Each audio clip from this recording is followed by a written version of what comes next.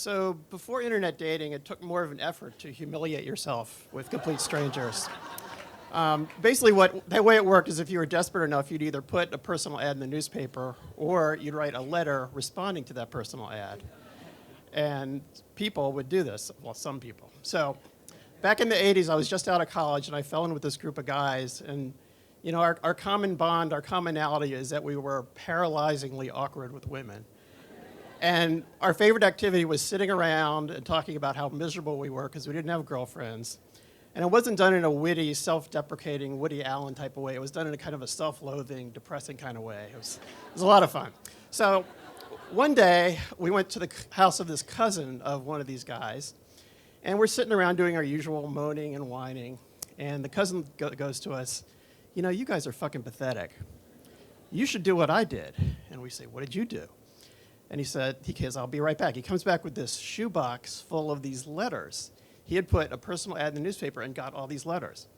So he pours all these letters out on the floor like they're a bunch of baseball cards. And we're pawing through them like chimpanzees. And I pick one up and read it, which is really unseemly, of course. And it's written on this blue Snoopy paper.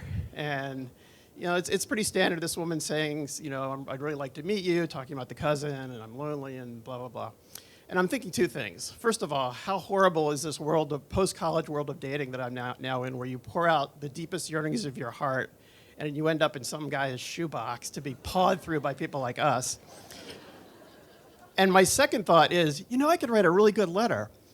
And you know, I sort of fancied myself as this great writer, and I had all these theories about the supremacy of written expression and how if I could communicate with people in writing instead of in person, I would be like this god.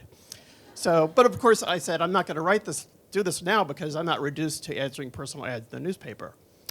3 years goes by, and now I am reduced to answering personal ads in the newspaper. So I write this long, convoluted letter, and you know, I sort of talk about how I'm really awkward with women, which I now know is a really bad thing to put in a letter like that. And then I end it. I just want to read the line from this letter. I mean, it's still embarrassing after all these years. I talk about how I'm awkward with women because when I was 5 years old, this little girl across the street wanted to give me a piece of candy, and I had to go across the street. So here's what I actually wrote in this letter.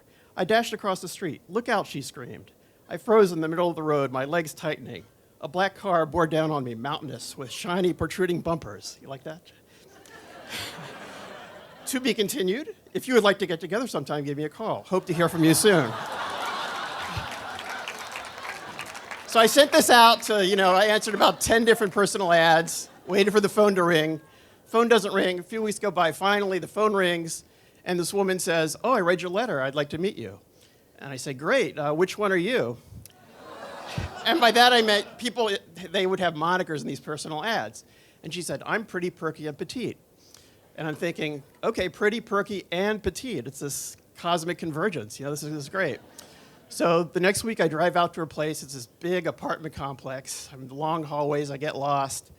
You know, walking down the hallway, you can hear people's TVs and smell their dinners, and it's just this sense of existential depression, which is a really bad way to feel right before a date, right? So I get there, knock on the door, she opens, and there she is, pretty, perky, and petite. The adjectives weren't quite accurate. I want to focus on the second one, perky. She tells me that she has a cold or allergies, so she's on cold medicine, so she's kind of in this stupor. So we go to this pizza place, and the conversation isn't really flowing because she's in this Benadryl-induced coma. And everything's kind of off-center, like the pizza's square, you know, it's Litos. And so finally, I can't resist, and I say, so, did you read my letter? And then she tells me that she called the author of every single letter that she received, including, and this is what really got me, some guys just sent her their business cards, and she called them. So things kind of went downhill from there, and then she tells me that her cousin is the Terrapin, meaning the guy in the turtle suit at the University of Maryland basketball games. So then I say something that I thought would be endearingly witty and might just sort of turn the evening around. It would be clever, just like my letter was clever.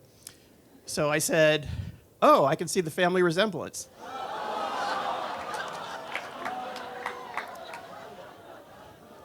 So things went downhill from there. And around 7:45, I get back home, and my housemates are like, really? And that was it. And my theory about the supremacy of written expression was a failure. But several years later, I met my wife at a writing class, so it kind of worked.